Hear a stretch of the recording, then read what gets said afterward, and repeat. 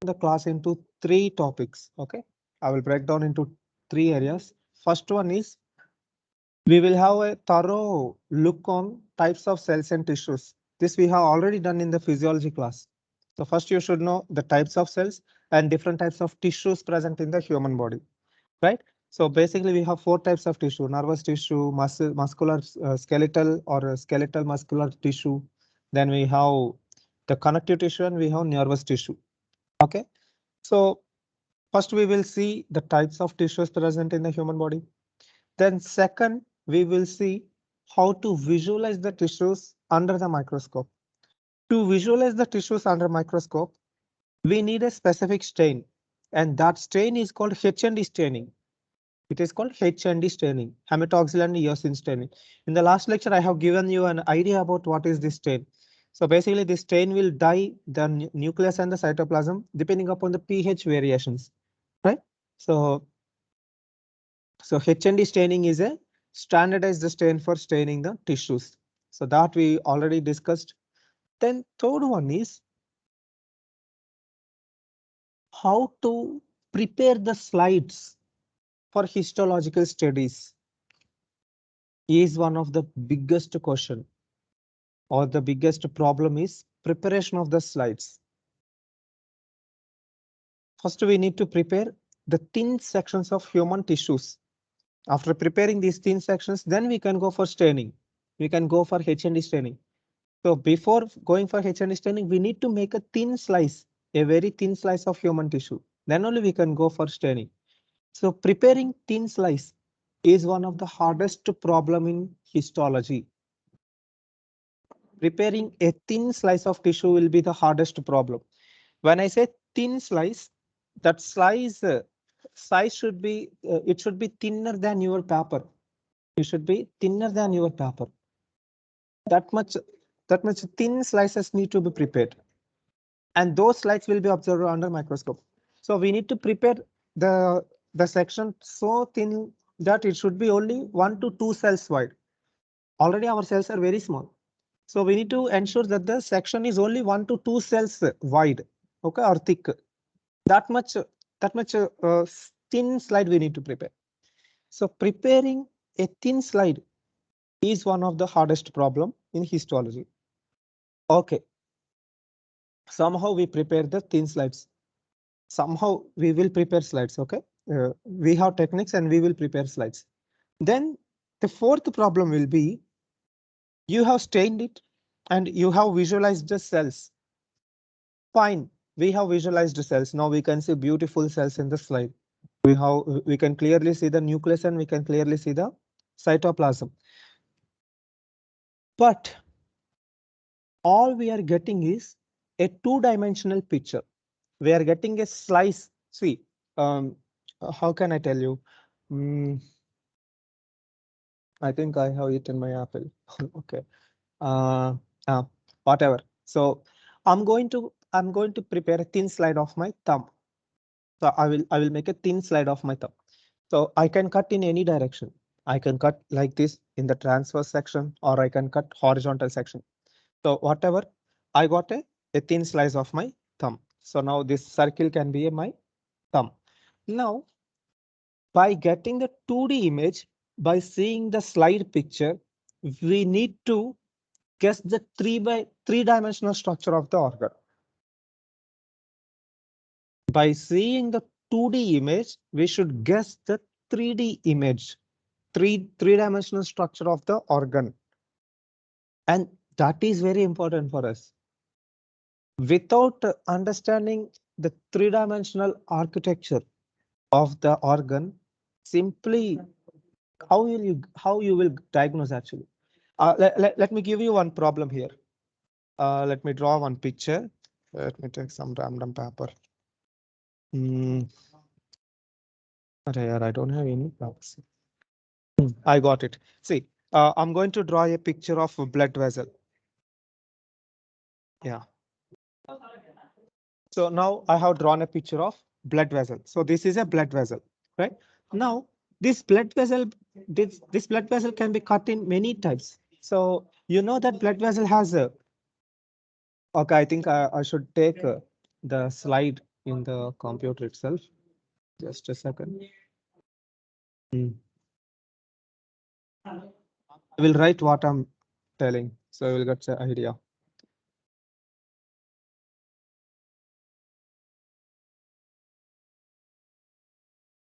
Actually, I'm admitting I didn't prepare for this class, so directly I'm taking. Next time I will take better, okay? But now also I can teach you. All I have problem is I didn't prepare the slides for you. It's okay. So let me write my statements here, my problems. Let me take a highlighter. Can you see whiteboard, students? Can you able to see this whiteboard on this computer on your mobiles? Yes, sir. Okay. So I'm writing my problems here. So what I discussed is first you should know the cells and tissues of our body. So you should know how many cells present in our body, and you should know what are the tissues, different types of cells and tissues. First we should know these things, right? So after knowing cells and tissues, then our second problem will be we need to make a thin slices of this tissue. We need to make thin slices of these tissues. We need to make very thin slices of the tissue. So basically in histology, we are studying the morphology of tissue. Histo means tissue, to study the tissues, right? So we need to prepare thin slices of tissue. That is our second problem. Then our third problem will be we need to stain the tissues. We need to visualize the tissues under microscope. To visualize the tissues, we can use H&E staining. So we have a very beautiful H&E staining. H&E staining. So we will go with H&E stain. Okay. Now somehow successfully we took the sample from the patient body, then we prepared thin slices of the tissue, then we stained the tissue, then we will observe under microscope. So the fourth one will be microscopic observation. So microscopic observation.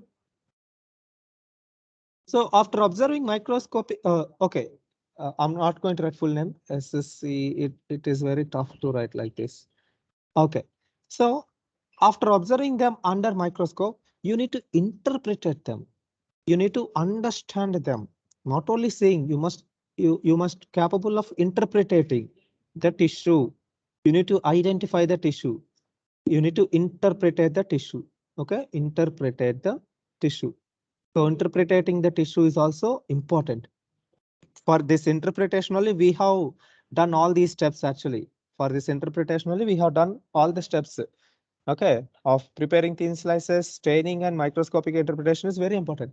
Now, in the interpretation, the core problem that we need to solve is here we will get 2D image of our images will be only 2D. That means very thin slices.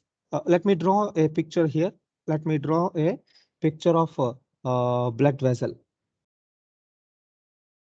So this is a blood vessel. So I'm drawing a picture of blood vessel here. In reality, we have three-dimensional organs in our body. So this is a blood vessel, and you know that blood vessel is a cylindrical structure, and in this cylindrical structure, it is a hollow organ. Hollow means it has an empty space inside. Then, and it is spherical in shape. That means it is round, and it is also convoluted. The meaning of convoluted means it is twisted here and there. It is bended here and there. All our blood vessels are bended here and there. Now, let us assume I have cutted my tissue in this section. So I take this portion of the blood vessel. If I take this portion of blood vessel, what I can observe in a slide is now I can see like this. This section looks like maybe like a round. So this section looks like a round. Okay, then I may cutter the section obliquely. I may cutter the blood vessel obliquely like this. If I cut blood vessel obliquely, then what I may observe is I will still see a round, but it is not a pakka spherical. It will be somewhat oval in shape like this. Maybe I will see the same blood vessel slightly elongated because of this oblique section. Or I may cut this blood vessel in this direction.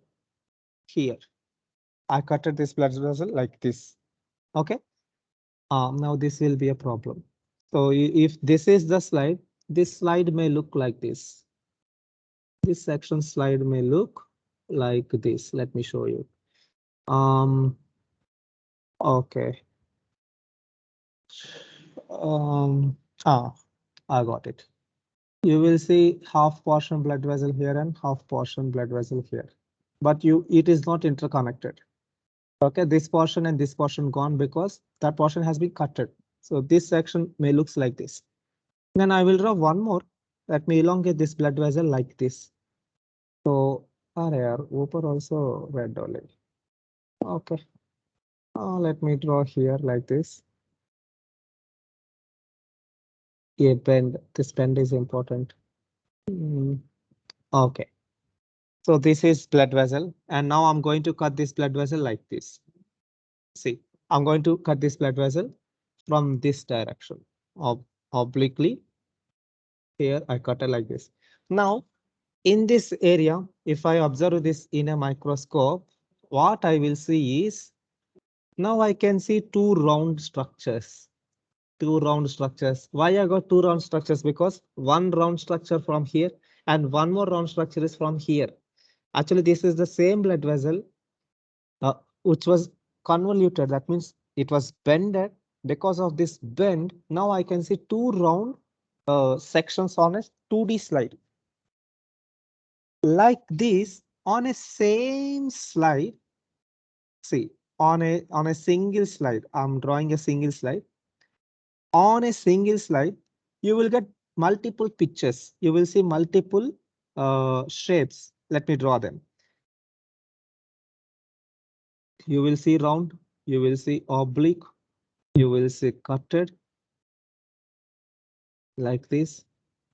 Then you may see small rounds, or you will see very elongated structure, or you won't even find any round. Or instead of round, you may see a flat tissue. You will see a flat epithelial tissue also. You will see a flat epithelial tissue like this. Say, and this slide we need to interpret it. By saying this slide, you should able to guess the three-dimensional structure of the blood vessel. Now we need to understand the three-dimensional shape of the tissue by seeing the 2D image. So here what I can guess is what blood vessel came here and it was elongated here. Then it became highly convoluted here. That is why I got 2. Then it was beyond the scope of section. Maybe it was too much bended. Then it was too much transverse. Maybe my knife cutted here. Maybe the cutting knife cutted here in this portion of the blood vessel. So that is why I got only pure tissue. Then here I can see highly elongation. That means it is highly oblique cut of the blood vessel. So now by seeing the 2D picture, you need to guess the three-dimensional picture of the organ or tissue. This is the real challenge. This will be the real challenge. Even after, yes, you know that by seeing the slide, you got it. Okay, I got round round objects and they have a proper squamous epithelium. Okay, this is blood vessel. You identified it is a blood vessel. After identifying blood vessel, the second thing will be you need to identify the architecture. You need to identify the shape of the organ in a three-dimensional space. That is the important aspect of histology. You will get a 2D data and you need to interpret it, the 2D data in 3D form. Okay, I'm going to give you a picture like this and you must guess the three-dimensional 3D space of that picture. If you succeeded at that, that means you can be a professional histologist. Believe it or not, students, there is a dedicated branch in medicine for histology that is called histopathology. A doctor who completed for his 4.5 to 5 years MBBS, he will extensively study 2 years additional degree for MD with 3 years of training. It will take almost 5 years for becoming a professional expert in histopathology or histology. Very, very hardcore subject. Now the doctor will see everything at a level of microscope. He will understand all diseases at the level of 2D images. No matter whatever slide you give to this doctor, he will tell the problem. He become expertized at understanding the 2D pictures of the human tissues. You give whatever tissue you can. You can give tongue, you can give thyroid gland, you can give pancreas, you can give gallbladder, intestine, anything. Doctor will say what is the organ, where is the location, and what is the problem of the tissue. So that level grip you must acquire by histology. Very, very challenging. But for you in our MLT, you need to know the basics at least. So you are not going to be a practitioner. You are not going to treat the patients. You are just diagnosing the patient to identify the cause of the disease. And there are experts like the doctors, the pathologist. He will take care of the problem. As a lab technologist, we need to prepare these slides and we need to handle these slides to the doctors. That's it. If that is the case, then why we are studying this histology means to prepare a proper slide, first we should have basic idea. We should have basic idea that whether we prepared the prepared slide is correct or not. Whether the prepared slide by us, whether it has all the parts or not, whether we prepared it in the right way or not. At least we should have that basic idea. So if we prepared it properly, then doctor will go for interpretation. Histopathology will be done, it will be interpreted by a MD pathologist. But as a technician, we should able to prepare the slide for the doctor. So we are going to stick at the level of preparation of slides and identifying the basic features of multiple tissues of our body. That's it. We are giving only a basic idea. That's it. And interpretation and treatment will be done by the doctors. Okay. So that is why you have only 9 experiments in histology.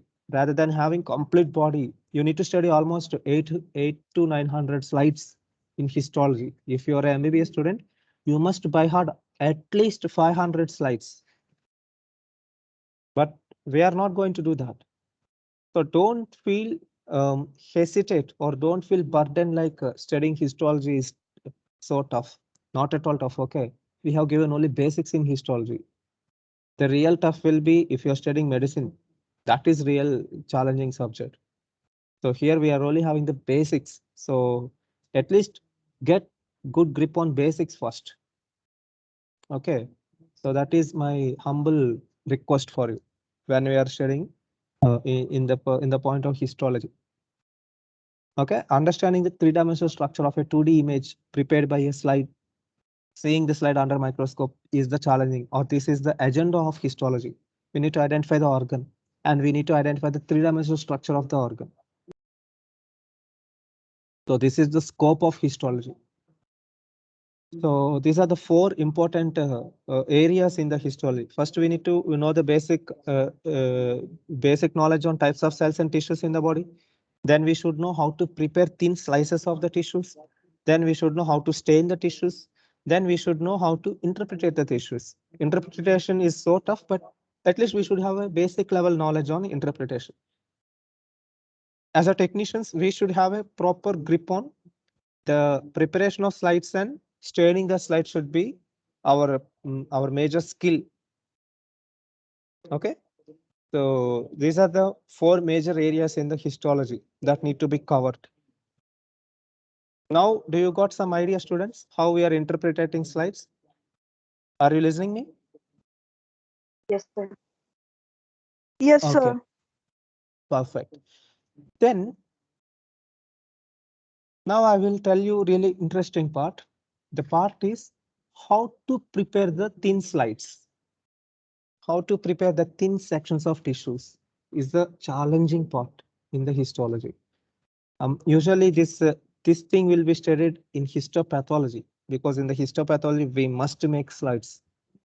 Okay, we must make the disease tissue slides of the patients. We need to prepare thin sections.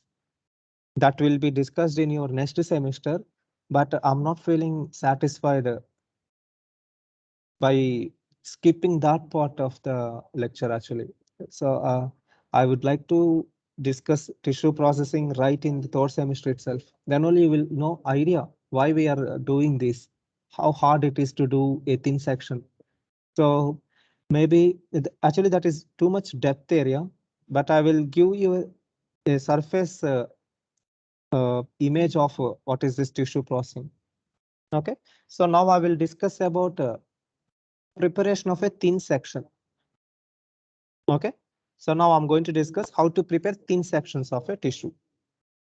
So after this, we can go for interpreting. Okay, we can go into the depths of this subject. So now I will discuss about preparation of thin sections of the body. Coming to the point, see students, whenever we are removing any tissue from the body, the tissue will start decomposing. Tissue will be under the attack of bacteria, viruses, fungi, or other microorganisms.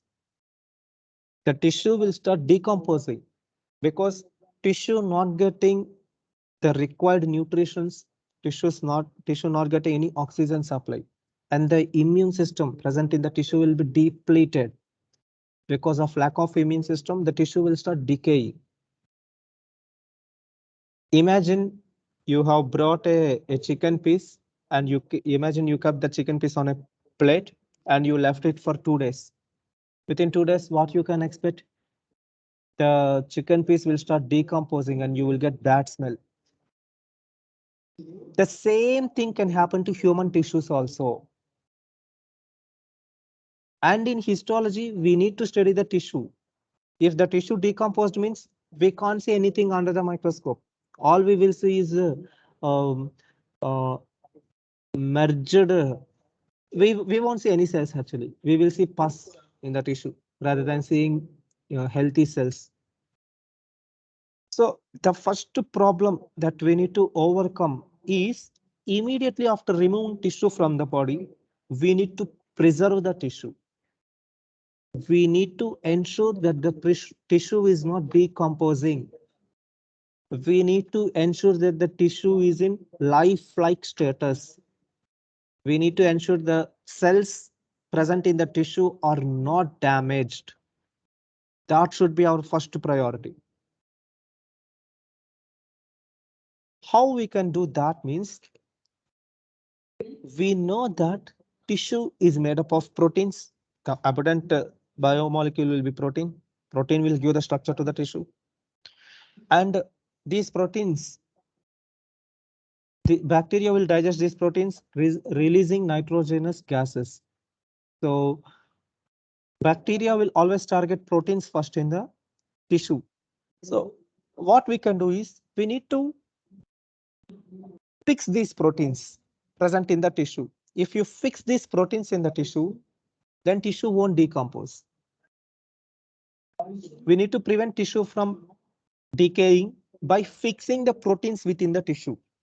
This fixing can be done by formation of links among the proteins. So just like my fingers crossed, so here you will prepare cross links among the proteins of the tissue so that the tissue won't get decayed. This step of tissue processing is called fixation. Fixation means it is a process of fixing the proteins within the tissue so that the tissue won't get damaged. You can take an example like I have taken a piece of biopsy, my tongue biopsy, and after taken tongue biopsy. Now this tongue I kept in a solution. This solution will prevent proteins from decomposing. The chemical agents that will prevent tissue from decomposing or the chemical agents that will enhance the formation of crosslinks in a tissue, such chemicals are called as fixatives. The chemicals that will prevent tissue from decomposing, those chemicals are fixatives, and the procedure of preserving a tissue is called fixation. This is our first point. In the tissue processing, the first one will be preserving the tissue by fixing the tissue. This step is called fixation.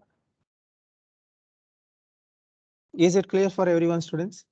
I'm discussing about preparation of thin section. I'm discussing about the tissue processing.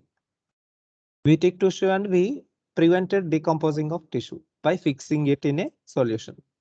This step is called fixation. Are you paying attention? Are you listening? Yes, sir. Okay. So first step finished. We fixed the tissue by placing the tissue in a chemical. Then the second problem. Second problem is the fixative that I used is a chemical in nature.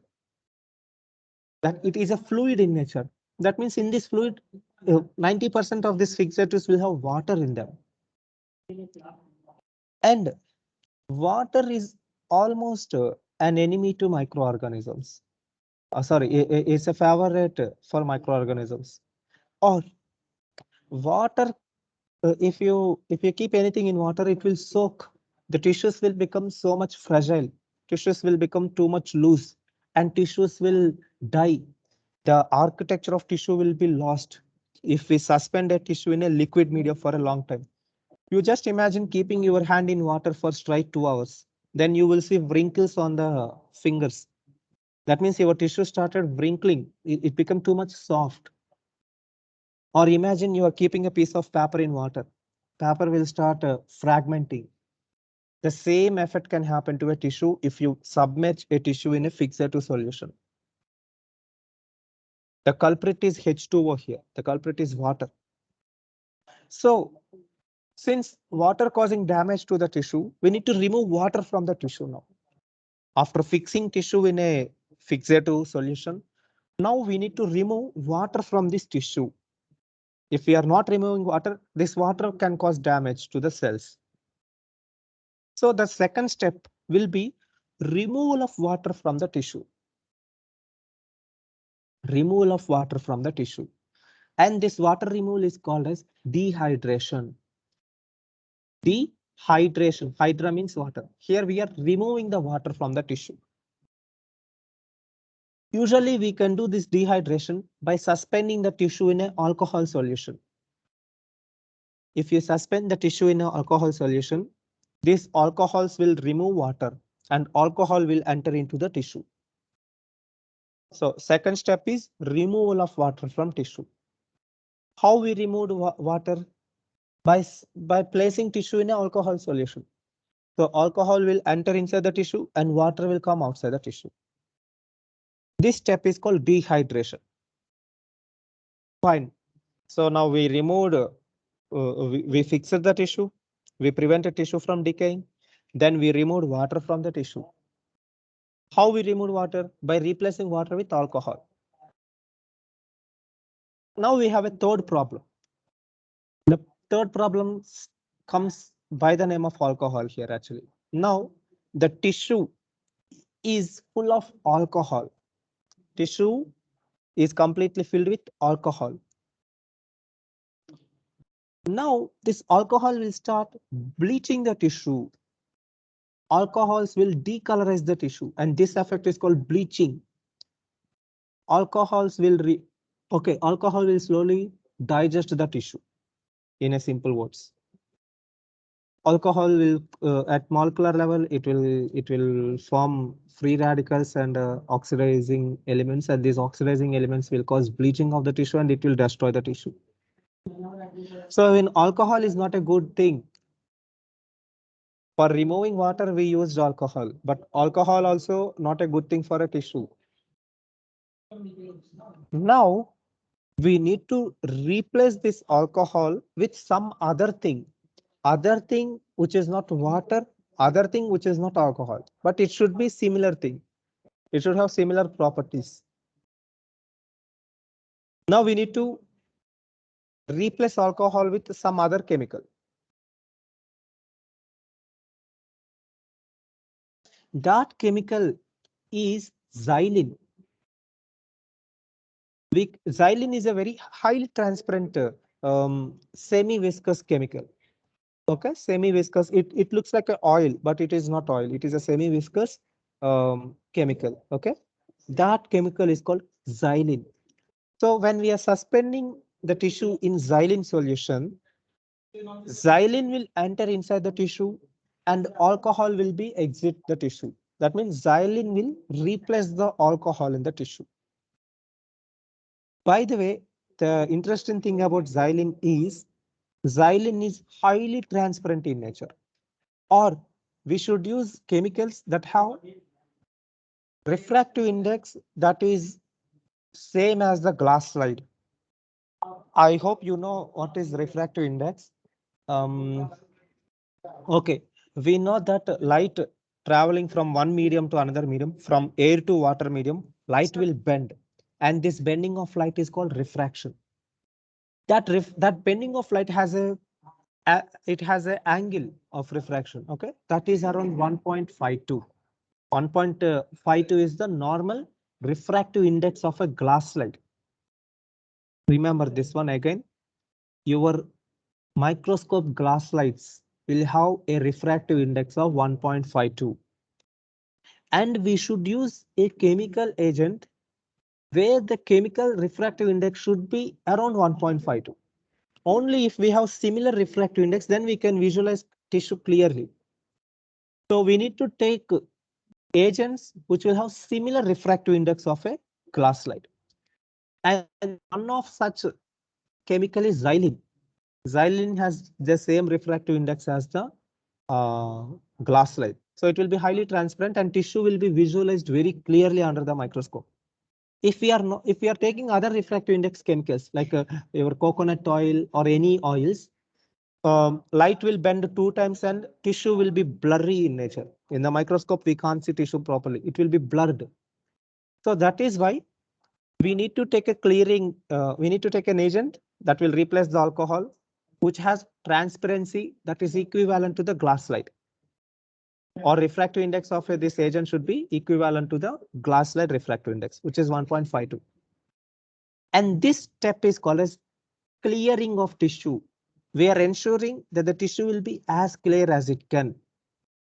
At the same time, ensuring to remove alcohol from the tissue. So this step is called clearing. This clearing can be done by placing tissue in a clearing agent, such as xylene. Now the xylene will enter inside the tissue and alcohol will come outside the tissue. So xylene replaces the alcohol inside the tissue. Fine. Now you may confusing.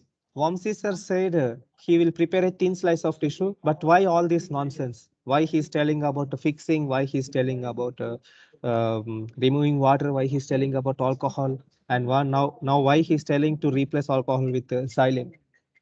I will come to the point. Until here, is it clear or not, students? Are you following me? Yes, sir. Okay. Yes, sir. Yes, sir. Good. So if you are not following me, this lecture looks headache for the newcomers. So you need to follow me from the beginning onwards. Then only you can be with me. You can be with the flow. Okay. Uh, please don't distract yourself. Okay. Mm, fine. So I'm telling quick revision. So first we fixed the tissue by placing it in a fixative. Then we removed water by dehydrating it by placing tissue in alcohol solution. Then we removed alcohol by placing tissue in a xylene solution. Now xylene entered inside the tissue and alcohol came out. Okay. Then fine. Xylene won't damage tissue at all. Tissue will be very perfect stage. It will be in a perfect state actually. But The problems comes is because of the nature of the tissue. I will give you an example. Kindly listen carefully. I'm giving you a cake, a piece of cake to you, and also I'm giving you a potato to you. Imagine you have a potato and a piece of cake with you. Then I will order you to make a thin slice of potato. So immediately what you will do, you will take that potato chip maker, that chopper, you will keep your potato and you will start chopping it. So in the bottom, you will get nice potato slices, potato chips. You will get potato chips when you chopping Yes, sir. nicely, right? Yes, sir. Then I will ask you to prepare chips of a cake. You need to prepare the same Definitely. sized chips, the same thin chips like potato chips of a cake. Is it possible? Can you cut cake into thin slices? No, sir. Not at all No, sir. possible. That is complicated. Why it is complicated? Why it is problematic? No matter how Sir, it's much. spongy. It's spongy Perfect. and very. Perfect. That is the answer I want. Since it is so soft and so spongy, even the sharpest knife cannot make a thin section of a spongy material.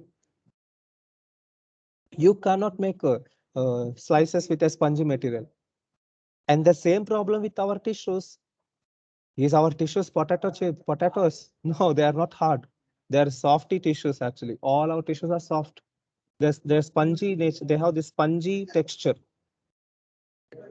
So by default, you cannot obtain very thin slices of tissue because of the spongy nature of tissue. You got my point, right? So you cannot cut a tissue into thin sections because it is spongy in nature. The only thing what we can do to make sections of this spongy tissue is, now I will give you one option. Listen to me carefully. Come back to our cake problem. Somehow we need to make the cake into hard, like a potato. Somehow we need to make cake into a hard potato. How we can do? Think in realistic world and give me some solutions to this problem, students. How you will make a cake hard? How to make a cake hard? I'm giving you small hint. You need not to eat the cake. After cutting it, you need not to eat the cake. But somehow you need to harden the cake. How you can do? Any idea? Any solution to solutions? If Aman is here, he may give an somehow. How to make a cake hard? To You got my question. solidified You will solidify it by how? by pressure or compression. Oh my God. Maybe. Okay, that's fine, fine. Okay, you will compress it so tightly. So, okay. Yes. Very cruel way of Adding, making hard. adding some Uh, solid material okay. in a cake. Srishti said she will compress. So if you compress our tissue, it will damage the cells. So we cannot use Yes, sir. compressed tissue. Okay. Okay, so let us keep that idea aside. Then Deepak saying, what is your idea, Adding, Deepak? adding some solid material in a cake. Adding some solid material in a cake. Very good. What you will add, Deepak? That is okay. That is close answer. So we How? can add baking I, soda. baking soda, My God. Okay, you will add or baking soda. I think That comparison with there this will be skin tissue, chocolate. not for cake. Don't compare directly for tissue. Okay, cake. It should be with Sir, tissue. we can deep freeze it. My goodness. Who is that? Shivam. So Shivam given one answer. You can deep freeze it. Okay, that is really nice Yes. answer. Acceptable. Very acceptable. You can deep freeze the tissue. So after freezing the tissue, it will become hard. Then you can chop it. but we need to ensure that it may become crystalline. If you freeze it, when you're trying to cut it, there will be crystals within the tissue. Rather than cutting it, it will break. Now the tissue will become like a glass material. But as we have an advanced form of cutting tissues by freezing it, that is called freezing microtome or cryostat section preparation. A very advanced form of preparing tissues that is acceptable. But let us be somewhat cheap. When I say cheap, it should be less cost effective rather than using cryostat. Any alternative approaches? No baking soda, by the way. Any other alternative approach to make a cake hard or tissue hard? So far, I agree with Shivam and I agree with Deepak also. Deepak said he will add something to make it hard. What type of I something? think adding some jelly form substance. Jelly form substance. Very good. So jelly Accept- can Accepted. So jelly will become hard. Along with the jelly, the cake may become hard. Accepted. So fine, I got the answer. So Deepak tried best, even Shivam also. Srishti also tried, but she's destroying tissue, so that is not acceptable. So listen, yeah. So what we can do is we can take a wax and we can boil it. If you boil the wax, what will happen? Wax will become liquid. If you heat the wax, our candle wax, it will become liquid. It will become pure liquid, like a jelly or like a water. Right? In this liquid wax, I will suspend the tissue or I will suspend the cake. I will keep tissue or cake in this liquid wax. But I will ensure that liquid wax will be in liquid state in a moderate high temperatures, like around 45 to 47 or 50 degrees centigrade. If it is just like a oil, like boiling oil, you can make a KFC chicken out of tissue. So it should not be too hot.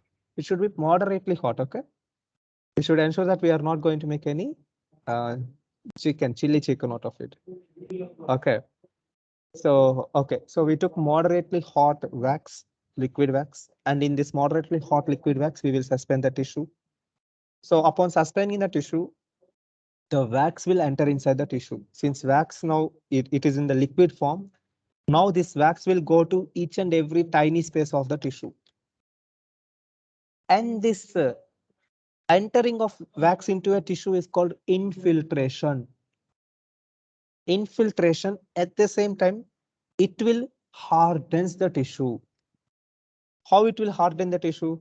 Then you can leave this waxy suspend. You will remove the tissue and you will keep it on a table. And you will wait for some 3 to 4 hours. Within 4 hours, what will happen? The wax will become hard. It will become solidified. So tissue will become hard because within the tissue now we have wax. So this is how I can safely or efficiently I can harden the tissue without damaging the cellular architecture.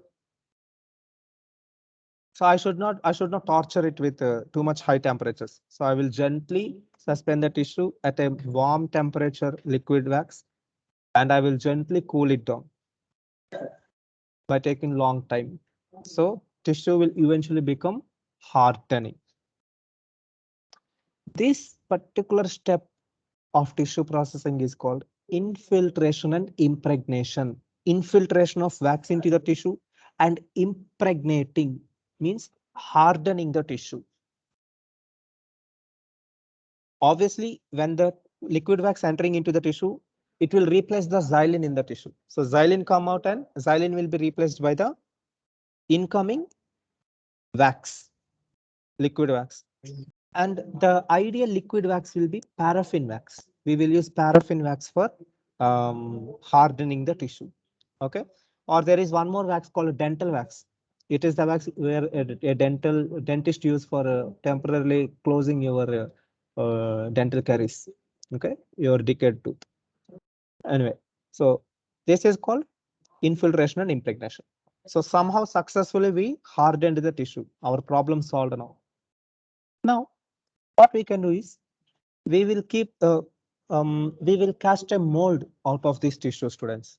So casting a mold means I will give you answer here. Listen to me. Imagine you have a spongy material in the thermocol. Or in between the thermocol, you kept a potato.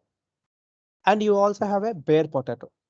Now you have two types: potato within a thermocol sheet and potato outside. Which will be more stable when we are cutting? Whether the thermocol folded potato or a bare potato, which we can cut section. Which potato we can cut sections? A bare potato or a thermocol holding potato? The right answer will be thermocol folded potato. This potato will be more stable. Thermocol holding. Yeah. So this thermocol acting as a holding agent for placing the potato at the right position. Right? Similarly, what we will do is we will take a small tray, a small steel tray. In this steel tray, we will keep wax again. We will pour some liquid wax. In this liquid wax, we will keep the impregnated, the hardened tissue in it, and we will wait for a half an hour. After half an hour, we will get a block, a tissue embedded waxy block we will get. It's like an ice cube. Instead of ice cube, it will be a wax cube. Okay, with in this wax we have a tissue. Now this whole wax cube, okay, this cube is called block, embedding and block making. This step is called embedding and block making. Embed means to embed the tissue in a liquid wax is called embedding. Then we will prepare a block out of it. We will make a cube or block out of it. It is called block making. Now this block can be used for cutting. Now we will keep this block in a special cutting machine. So this we have a very advanced cutting machine. Okay, very simple, students. We can adjust it microns. We can adjust how much thick section we want in it. It's just a modified machine, your sewing machine. Okay, so we can adjust the angle of cutting, and we can start taking slices. We can take tissue chips actually. Instead of potato chips, we will get tissue chips. And this step is called section cutting. So now we can able to get thin sections of the tissue. Now we got a thin sections of tissue. Okay, we got very nice sections. Then we will take this section on a glass slide and we can go for staining. Okay, we can stain it and we can observe under microscope. Is it clear? Now we got a very thin section of the slide tissue. Then we will take this thin section on a glass slide and we will go for staining. We will stain it and we will observe under microscope. Then after microscope, we will get that beautiful histology slides, and that we will go for understanding. We will try to identify what type of tissue we are observing. Now, you are forgetting one basic problem here. What is there inside the tissue? Wax. We kept liquid wax in the tissue. Wax is a hydrophobic in nature. Wax is hydrophobic in nature. That means it is oil basically. Right, waxes are oils actually, emulsified oils, whatever it is. Okay. Water cannot mix with an oil, or oil cannot mix with the water. And if that is the case, you can't stain these slides. All your stains are water based. Either it's a hematoxylin, eosin, or everything is water based stains. So you cannot stain a waxy tissue. A wax containing tissue cannot be stained. Will you agree with me or not? After getting thin section, Yes, sir. you cannot stain Yes, it sir. because you have a layer of wax on it. See, we are taking things as granted, thinking that preparing a thin section is very easy. But when we are doing it in realistically, now we are getting the problems in each and every simple step. so-called simple step. It's not simple actually. So you need to see everything practically. Then only you will understand the complexity within the simplest things. So now we got a thin section, but the thin section has a wax. Now we need to remove this wax. Only after removing wax, we can go for staining. That is why in the H&D staining, now I will show you the slide of H&D stain. For discussing that only, I discuss this. Now I will share the H&D staining slide. Just a second.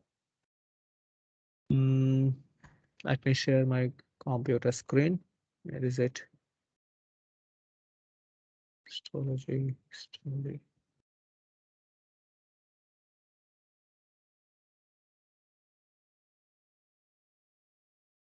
Histology lab.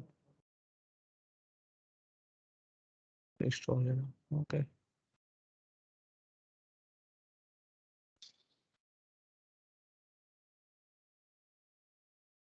Yes. Computer structuring. Can you see my PowerPoint and is it visible to you? No, sir. Right, yeah. Your profile is visible. Only what? your profile is showing. No. Actually, I'm getting not No, like sir. that. Is it visible? It must. Yes, sir. Now visible. Okay. Okay, good. Let me go to the. I'm unable to move the slides. All right.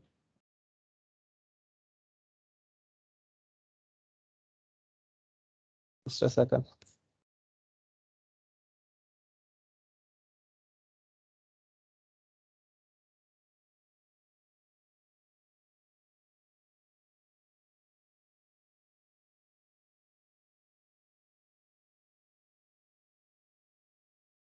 In the H&D staining procedure, the first step will be removing the wax from the tissue. Okay, that is called deparaffinization. So whenever we are going for staining, the first thing that we will do is we will remove this wax from the tissue, from the section. So that deparaffinization step will be the first step in H&D staining. So there we know that whatever tissues we are getting in the lab, those tissues are already pre-coated with wax and that wax must be removed. So the first step in H&D staining will be deparaffinization.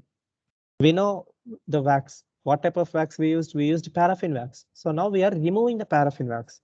So that can be done very easily actually. So you need to suspend tissue in alcohol solution. So if you suspend tissue in alcohol solution for 2 to 3 minutes, then the alcohol will remove the wax from the tissue. Okay, wax is a organic solvent. It will be soluble in organic solutions such as alcohol. So first step will be you will remove the wax from the tissue. Okay, that is called deparaffinization. After removing wax, then you will start. If you remember the tissue processing, it may also have traces of alcohol in the tissue because we removed water completely from the tissue. So it may have traces of alcohol. Now what we will do is we will slowly insert alcohol into the tissue. Then after deparaffinization, we will go for introducing water into the tissue. And this step is called hydrating the tissue. After hydrating it, then we will go for staining. We will go for hematoxylin, then we will go for counter staining with eosin. Then we will observe under microscope. This is the complete story of preparation of slides actually. Now you got it right, how we are preparing those slides. Yes, sir. After staining Yes, them, sir. yeah, then we will go for the next step. The next step will be interpretation of these slides. That is where the story begins in your subject. So in your subject, directly they have given understanding histology slides. First, you should know how to prepare the slide actually. Then also another problem, there are many types of microscopes available for observing these slides under the microscope. We have polarizing microscopes, we have simple, we have compound, we have electron, we have immunofluorescence, we have dark field microscopes.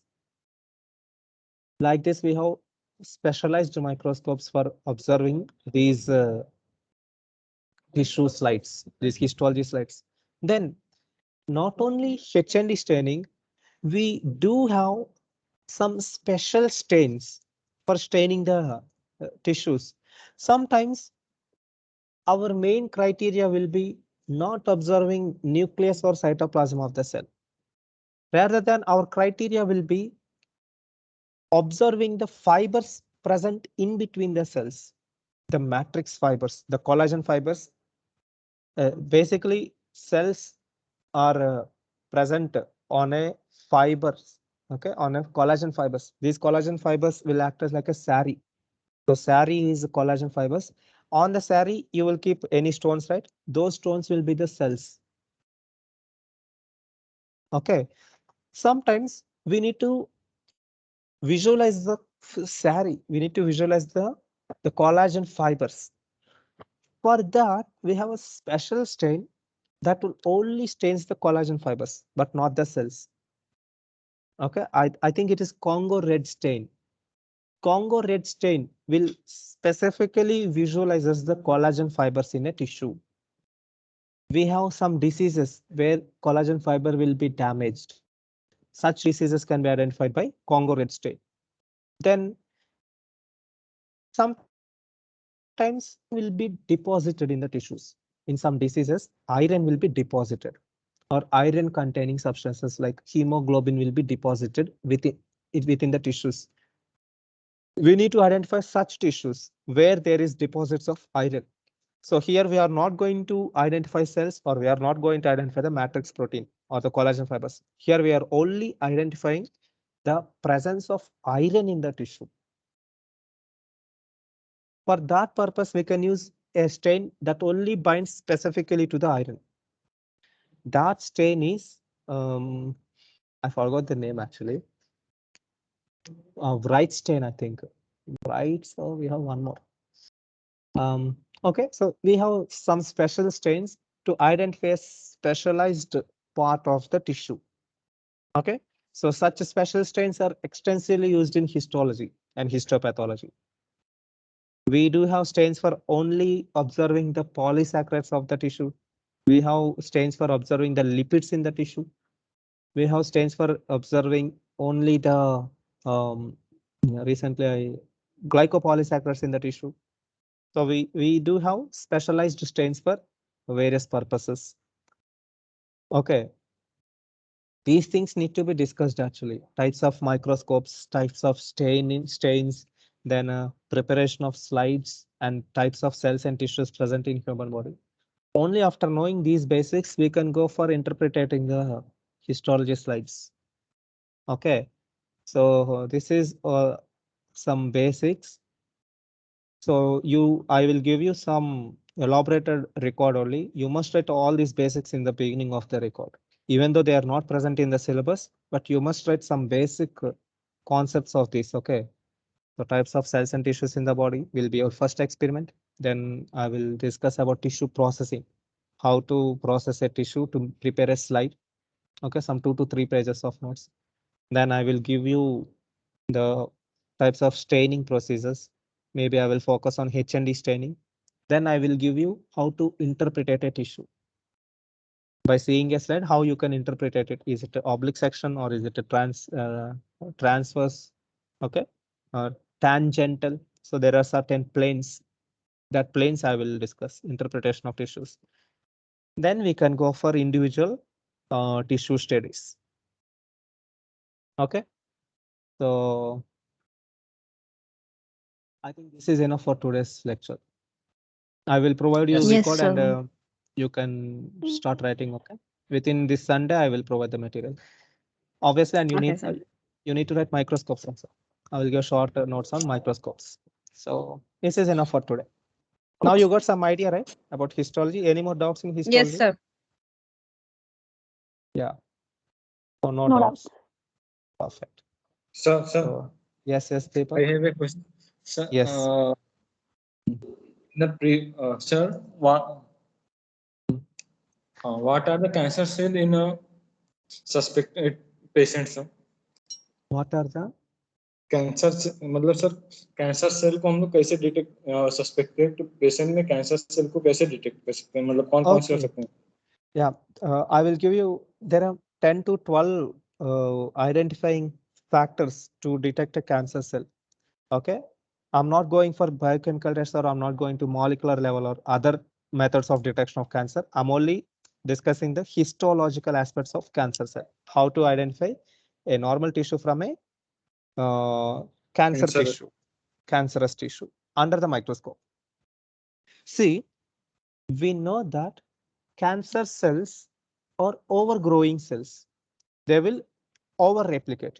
Instead of 1 or 2 cells, they will over replicate, maybe 1,000 to 10,000 cells. That means their nuclear activity is high. Their replicative activity is higher than normal cells. Their nuclear, their genetical or their chromosomal replication is high. This is basics. If we by very basic, because cell replication only happens by DNA division, DNA replication. If that is the case, cancer cells nucleus will be higher than a normal cell. Or you cannot directly measure the nucleus of a cell. We know that we don't have a chota scales to measure the proper nucleus, but we can cross compare the nucleus with its cytoplasm. We can see the ratio between nucleus and cytoplasmic ratio. If the cytoplasm is less and nucleus is high, that indicates this cell is behaving differently. Maybe it has high nuclear division. That is why these cells nucleus to cytoplasm ratio, nucleus is higher. There is a index, nuclear cytoplasmic index. So we can use that nuclear cytoplasmic index to identify a cancer cell. Then second one, I know that I have taken a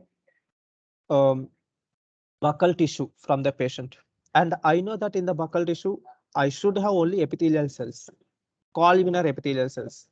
But if I'm observing other than columnar epithelial cells in the buccal tissue, that is another factor for cancer, because cancers will change the cell morphology from one type of cell to it will replace by other cell. So by seeing the cell transformation, we can identify the cancer. Then we can also identify cancer cells, morphologically speaking, by presence of certain bodies, certain intranuclear intracytoplasmic inclusion bodies. We can able to detect some small inclusion bodies. One best example will be Barr bodies.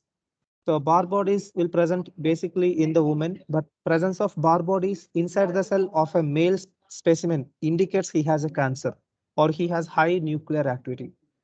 So similarly, we have 10 factors for identifying a cancer cell in the histology.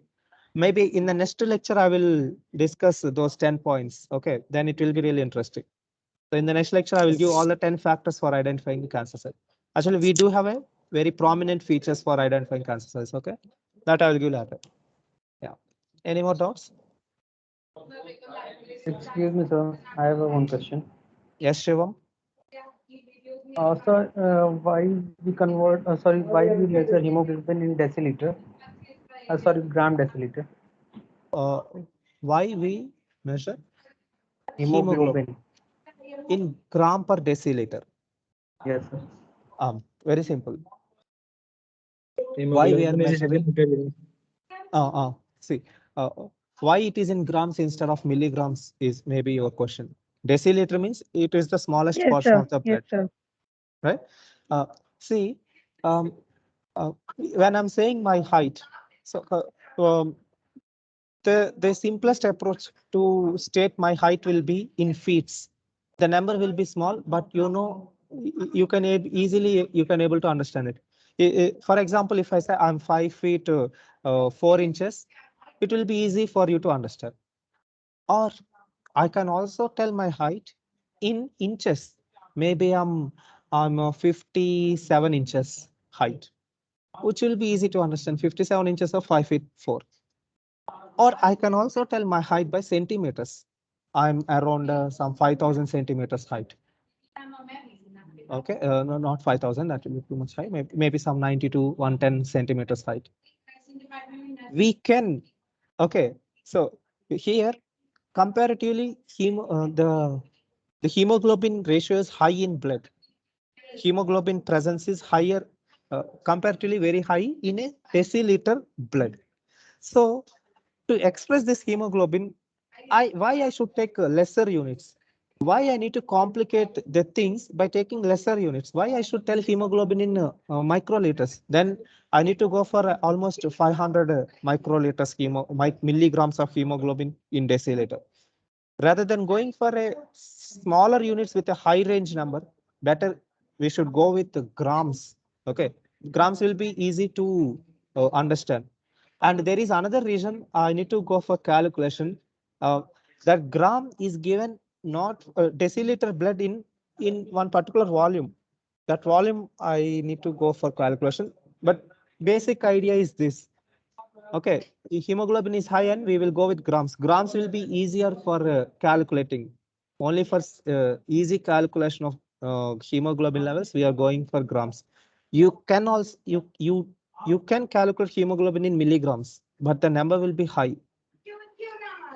If you are going with complicated high number values, the variations will be high. The SD, the standard deviation curve, if you plot a curve out of it, the range will be too high. But this much narrow narrow interpretation is not required for hemoglobin. Maybe that is required for trace elements such as levels of hormones. Already hormones are very less in the body. So for hormones, we can go for milliliters or milligrams. For higher content material, we will go with grams. It is just for ease of understanding. That's it. Not more than that, actually, Shivam. I hope I Okay. satisfied your answer. Yeah. There is no particular specific reason for grams. Only why we are using grams for making the concept easier to calculate easily. That's it. Okay. Any more doubts? No, sir. So thank you very much. Next class, I will definitely provide you proper PPT and notes. Okay. So next time I will take properly. So thank you very much, students. Thank you, sir. Yeah. Thank you, sir. Thank you, sir. So, Yes, you can leave.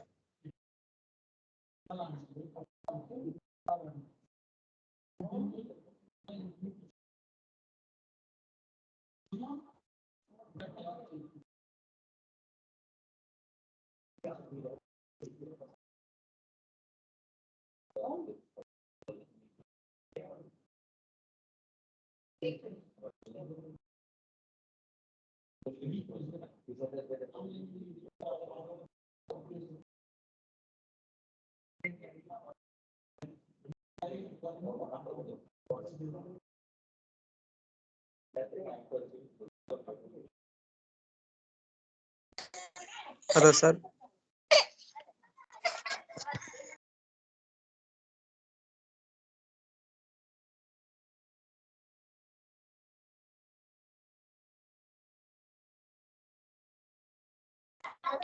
Sir आज class का recording मिलेगा sir?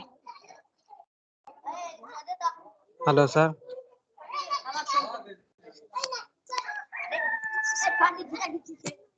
Hello sir. Hello sir. Hello sir.